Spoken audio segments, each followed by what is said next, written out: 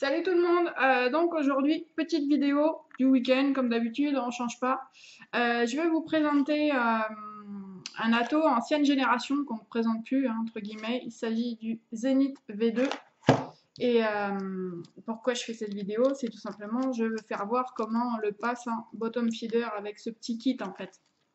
Donc ça va être sympa, sachant que c'est un bon Atto, même s'il est un peu ancien, il fonctionne toujours aussi bien. Bon, ben voilà, on va se passer tranquillou en gros plan pour voir un petit peu, présenter le Zenith V2 pour ceux qui ne le connaissent pas, parce qu'entre-temps, il y a le Zenith V2.5 qui est sorti. Et après, on va essayer de bricoler un petit peu pour voir comment je peux faire pour transformer ça en bottom feeder pour mettre avec ma drip box. Allez, c'est parti pour le gros plan. Allez, let's go pour le gros plan. Donc à l'époque, j'avais reçu ce dripper dans une petite boîte en carton, un peu léger en fait, hein. D'ailleurs, vous le voyez, merci messieurs dames de la poste, le carton avait été complètement écrasé, enfin, il protégeait pas beaucoup l'atto, hein. Donc cet atto a été créé par Crescent Moon, alors, hop, hop là, Innovation Internationale. Je sais pas l'accent anglais, hein, donc on fera sans. Un petit sticker, voilà, qui scellait en fait la boîte. Et après, il n'y a rien d'autre. Hop, dessous, il n'y a que dalle. Bon, ça aurait été bien qu'elle soit un peu plus solide quand même, hein. Après, à l'intérieur, vous avez la carte d'authentification avec le numéro de série. Donc là, c'est le 4286. Derrière la carte, bon, il n'y a pas grand chose de particulier, hein. Voilà, il y avait juste leur logo. Sur le côté, là, il y avait leur site internet. Donc voilà, bon, c'est une petite carte. Avec était fournie une petite clé Allen, assez fine, hein. Et bien sûr, l'atto. Voilà, le Zenith V2. Après, il n'y avait rien d'autre. Il n'y avait pas de joint, rien du tout. D'ailleurs, ça c'est bien dommage. Parce que les joints sont quand même assez durs, donc il y a un risque de les casser en fait, hein.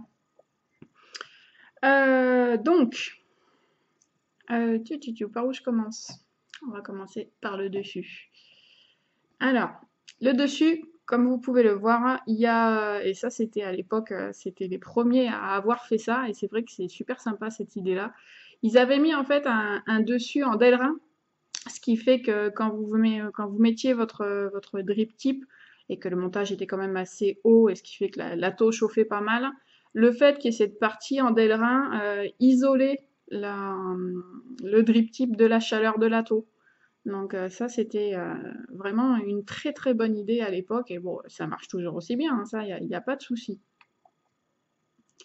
Donc au cul, vous avez le numéro de série qui est en haut, là. En dessous, un grand quart de lune, hein, comme Crescent Moon, c'est pas pour rien, hein. Et, le Moon Innovation Internationale sur le côté, là. Le 510 est voilà, hop, réglable. Donc ça, c'est top. C'est pas lui en fait qui maintient le poste du milieu, donc il est réellement réglable. Donc ça, c'est vraiment chouette. Alors, cette partie du dessus, en fait, se démonte. Hop, enfin, se dévisse. Hop là. Voilà. Donc, c'est à l'intérieur, c'est comme ça. Donc, un petit filetage. Là, vous voyez le Delrin qui ressort.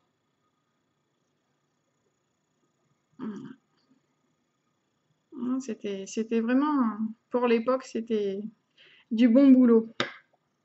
Après, vous avez la bague d'airflow. Donc celle-là est en cuivre, parce que j'ai voulu un peu customiser mon atto pour aller avec mes modes en cuivre. À l'origine, normalement, vous la recevez en brasse, comme ça.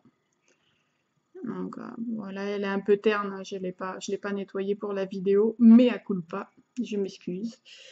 Donc ça, c'était une option en fait, cette petite bague en cuivre. Mais bon, ça reste de la bonne qualité quand même, hein. Avec des cyclopes qui sont quand même assez, ouais, assez importants, hein, pour du dual ou du single. Donc en fait, le single, il vous suffit de mettre, hop, je vais y arriver, voilà, voilà, de mettre votre airflow pile au-dessus de Zénith. Et là, vous êtes en single parce que de l'autre côté, il n'y a rien. Hop, voilà. Et après, bah, bien sûr, hein, logique, si vous vous mettez sur le côté et qu'il n'y a rien en face de Zénith, ça veut dire que vous êtes en dual. Voilà. Donc ça, déjà, le petit repère vis-à-vis du Zénith, c'était une très bonne idée. Bon, allez, on va se l'ouvrir. Hop là.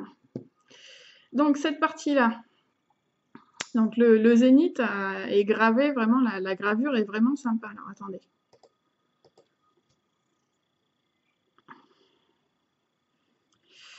Après, bon, il y a rien de particulier, hein.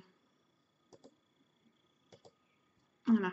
Il y a donc 1, 2, 3 airflow pour pouvoir faire vos réglages. Après, à l'intérieur, il n'y a pas de filetage, il y a juste un petit décroché pour venir se caler sur le plateau. Et voilà. Après, le plateau lui-même. Donc pour l'époque, ça c'est pareil. Ils avaient eu une idée qui était géniale. Et pour mettre en application, je pense qu'ils ont dû vraiment s'embêter. En fait, les deux plots, celui-là et celui-là, les deux plots négatifs sont usinés dans la masse. C'est-à-dire que le plateau et ces deux parties-là sont d'un seul tenant. Donc ça, côté conductivité, c'est top, hein, y a rien à dire. Après, ce qu'ils avaient fait aussi, ils étaient partis pour faire des, comment ça s'appelle? Des trous pour mettre le fil, pour simplifier le montage, si vous vouliez monter votre râteau avec du fil en ribbon. C'est du Cantal plat, hein, ni plus ni moins. Donc ils avaient fait en sorte que ça soit. Alors attends. Hop. En fait, voilà. Voilà, donc en fait, c'est pas des trous c'est des fentes. Donc c'est vrai que si vous voulez faire un montage avec du Cantal plat, c'est top quoi, hein. Maintenant, avec le fil qui existe actuellement, je sais pas si tous les fils peuvent passer sur cet atto, j'en sais rien. Moi, je monte en général mes attos avec du fil qui est quand même assez fin, donc ça pose pas problème. Maintenant, si vous voulez passer du Clapton ou quelque chose comme ça, je suis pas sûre, je sais pas. La fente est quand même assez fine à voir. Bon, après, on peut le repercer, hein, si on est bricoleur, à mon avis, on peut se débrouiller pour faire quelque chose. Euh, les vis de ces trois plots sont en fait des petites clés, des petites vis à laine en fait. Hop. Donc c'est ouais non c'est plutôt vraiment pour l'époque pour c'était un atto d'enfer et il le reste toujours hein. Ouais, je sais que j'aime beaucoup mon Zénith quand de temps en temps quand j'ai envie de changer d'atto ben, c'est avec plaisir que je repasse sur celui-là, hein. La cuve, entre guillemets, hein, parce qu'on parle d'un dripper, est pas très très profonde quand vous êtes habitué au dripper actuel. Ouais, c'est vrai que la cuve est pas super super profonde, hein.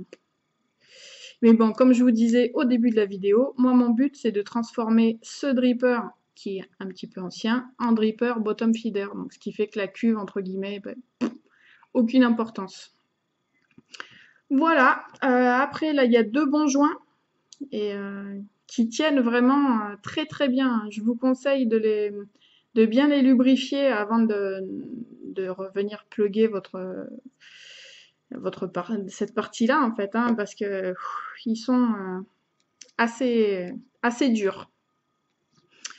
Voilà, bon allez, c'est bien joli de discuter, de faire voir l'atto, hein, mais maintenant il va falloir passer à la bricole. Allez, hop. Donc, je vous disais que j'avais acheté un petit kit. Alors, ce kit se compose de 3 pièces. Alors, la première, il s'agit d'un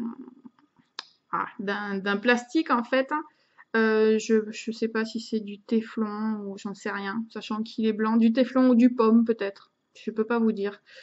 Pour venir remplacer le Delrin noir qu'il y a dedans.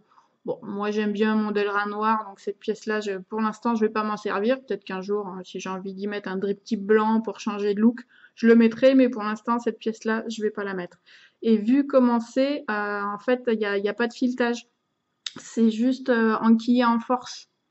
Voilà, vous voyez que là, il n'y a pas du tout de filetage en fait. Voilà. Donc je pense que cette partie est juste rentrée en force dans la pièce en stainless. Après, vous avez ces deux pièces-là. Donc ça, c'est un isolateur qui est en... Moi, je vais y arriver. En pic. Voilà. Donc ça, c'est pour mettre là. Là, il y en a déjà un en fait. Donc c'est pareil. Lui, je vais pas le mettre puisqu'il y en a déjà un qui est en place. Donc je vais pas m'embêter à mettre celui-là. Donc la seule pièce au final que je vais changer, c'est ça. Voilà, c'est cette pièce-là. Donc en fait, je ne sais pas si vous pouvez le voir. Le plot du milieu sur le dripper de base a juste la fente pour pouvoir faire les montages. À aucun moment, il y a un trou. Alors que là, vous voyez qu'il y a la fente et un trou qui est en dessous. Hop. Je sais pas, ouais, si ça se voit. Voilà. Là. Voilà, vous voyez qu'il y a bien la fente et un petit trou en dessous. Donc, cette pièce-là est en deux parties. Il y a cette partie qu'on va venir enquiller en force dans le dripper et cette partie et qui va être tout simplement votre plot réglable et prévu pour du bottom feeder puisqu'il y a un trou à l'intérieur. Voilà.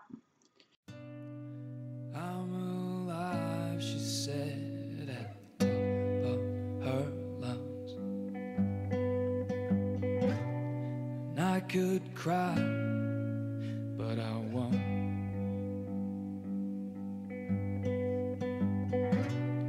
Follow me, she said as she started to run.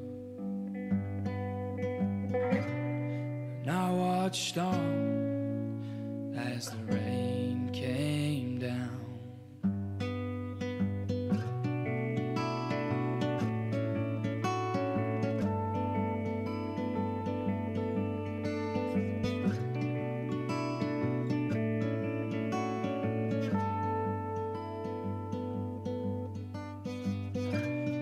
Hint in a smile, glint in her eye,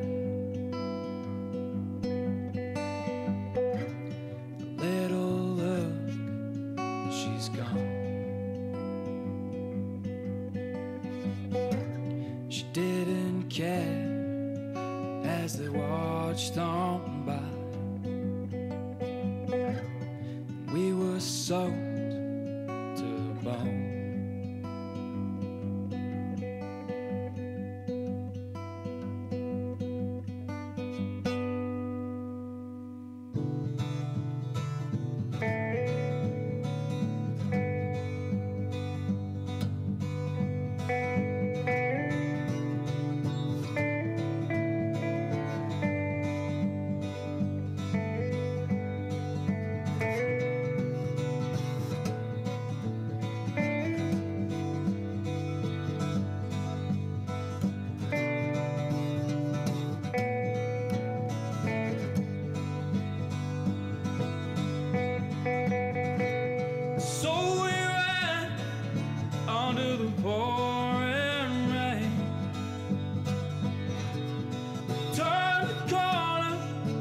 Just to come back again. So we ran under the pouring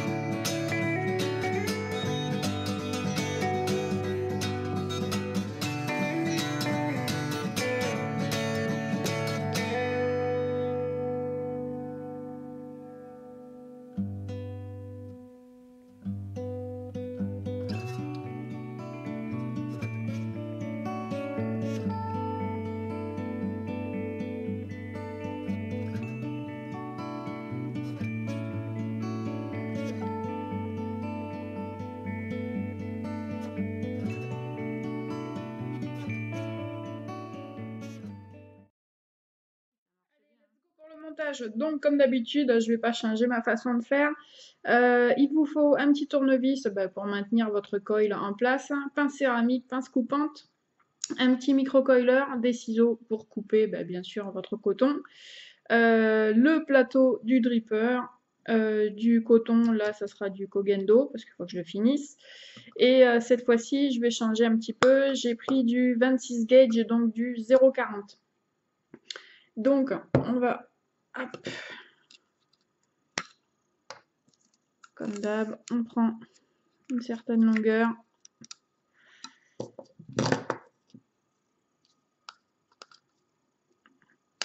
Je vais faire un simple coil, je vais pas m'embêter à faire un double.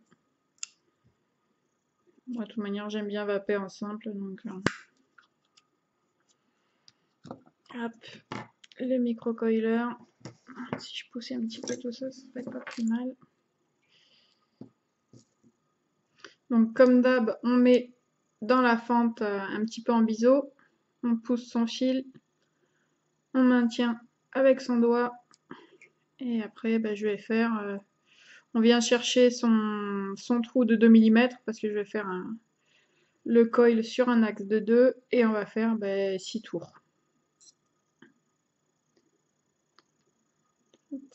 5 et 6. Voilà. Allez, le coil, il est bon. Je le mets de suite sur le tournevis. J'y en tire un peu les pattes, histoire de... Et comme ça, il est prêt à mettre en place. Allez, je vais rapprocher la caméra. Allez, c'est bon. Donc, on a juste à dévisser 2 plots, parce que je veux faire un simple coil, donc j'ai pas besoin d'en dévisser le troisième.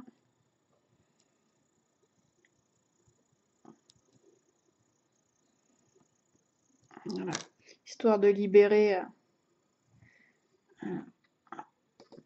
voilà, histoire de libérer les trous, bien sûr.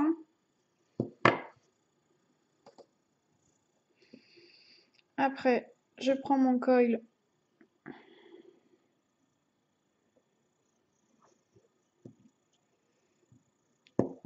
Alors, je sais pas ce que je vais faire. Je vais couper une des pattes. Ça va simplifier après.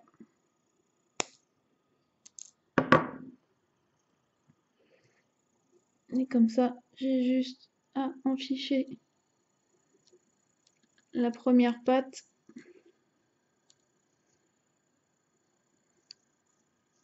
Voilà. Et la deuxième. Voilà. Ça vous fait ça. J'essaye de centrer quand même un petit peu mon coil.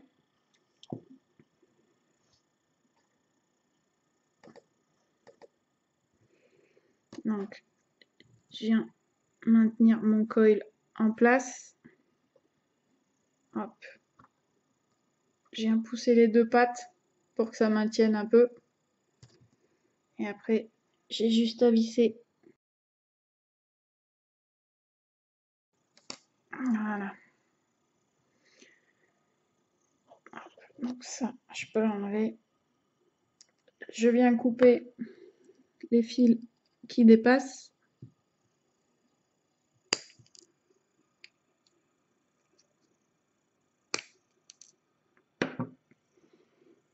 Et voilà, ça me fait un petit coil.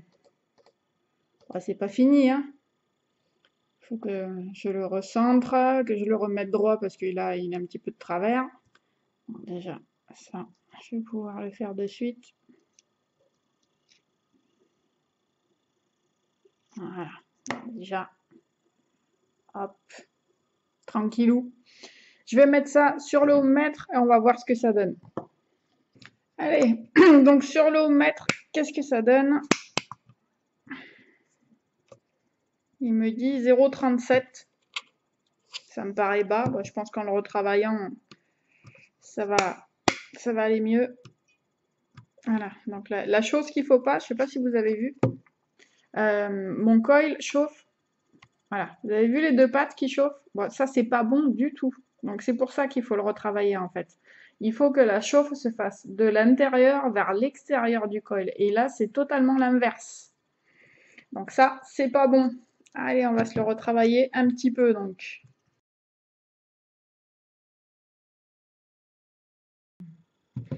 Donc voilà, donc là, en le retravaillant, ce qui est normal, je suis passée à 0,68. Ça me va nettement mieux vis-à-vis du nombre de tours que j'avais fait, 0,37. Enfin, pour moi, c'était pas possible.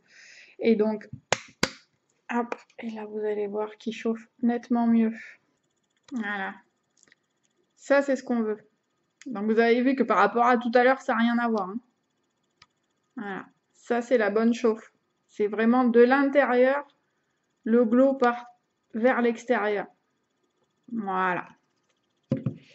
Bon, allez, on va passer maintenant au cotonnage. Donc, pour le cotonnage, on coupe une petite épaisseur de 5 mm à peu près. Sachant que j'ai fait un coil sur un axe de 2, donc il ne faut pas non plus 3 tonnes de coton à l'intérieur, hein. Sinon il va y avoir du dry heat. J'enlève une toute petite épaisseur. C'est vraiment tout petit. Je prépare en faisant ma pointe comme ça. Et après, j'ai juste à venir le mettre dans mon coil. Voilà. Et ben, c'est pas mal ça. Donc, comment je vais faire? Ouais, je vais essayer de le passer sur le côté. Alors, il y a pas mal d'espace entre le plot et le rebord de la cuve. Donc, je pense que je dois pouvoir le passer sur le côté sans problème. Alors, je vais juste couper. Je vais laisser quand même assez de coton, hein, pour que ça me garde le jus. On va dire qu'il y a un petit peu plus d'un centimètre, ouais, un petit peu plus d'un centimètre à peu près. Hop, je vais juste venir le mettre correctement dans la cuve pour que ça vienne bien prendre le liquide qui sera envoyé derrière, hein. Parce que du coup, il y a deux endroits où le liquide va arriver, hein.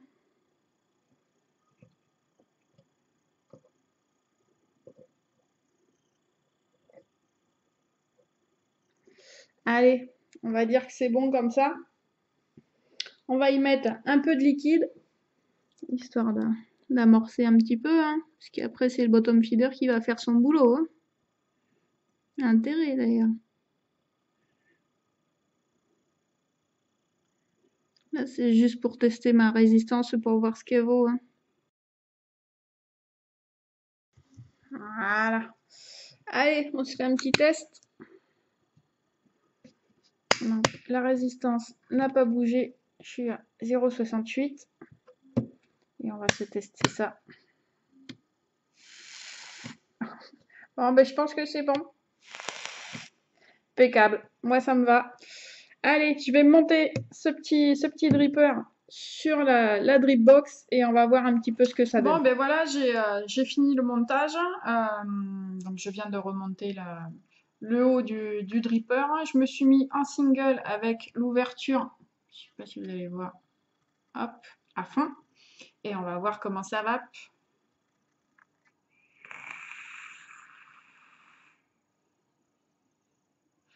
Eh ben, ma foi,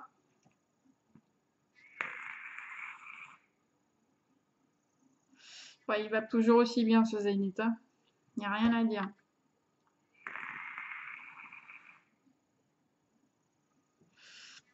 C'est bon, ça marche bien. Je suis en train de,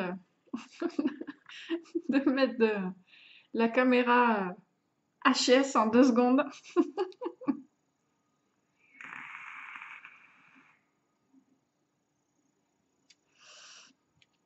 Après, il suffit d'appuyer, hop, histoire de ralimenter un peu le coton. Ah, ça, c'est vraiment top, hein.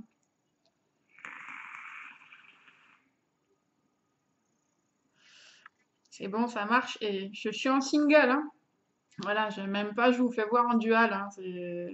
Le Zénith est vraiment très très bien, hein. Oui, c'est un ancien Atto, c'est vrai, mais il marche. Enfin voilà, vous le voyez comme moi, hein. Je triche pas, c'est le Zénith qu'il y a dessus, hein. C'est pas autre chose, hein.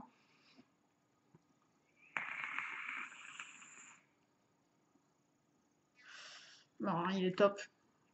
Franchement, il n'y a rien à dire. Donc le Zénith en bottom feeder, je valide. Il n'y a pas de souci. Euh, oui, le petit défaut aussi du Zénith, entre guillemets, il est livré sans drip tip, hein. Donc moi j'ai mis un petit drip tip qui est pas spécialement large, hein. C'est pas non plus un drip top, hein. C'est un drip tip classique, hein. Ah, bon, ça veut pas. Tant pis, c'est pas grave. C'est un petit drip tip, mais ça marche très très bien, hein.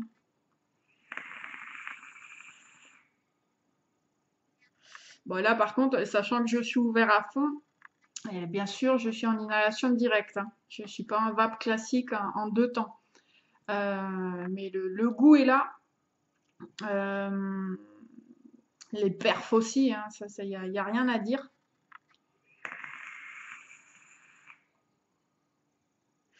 Le bottom feeder, le petit kit fonctionne très très bien. Voilà, deux petits coups, histoire de ralimenter un peu le coton.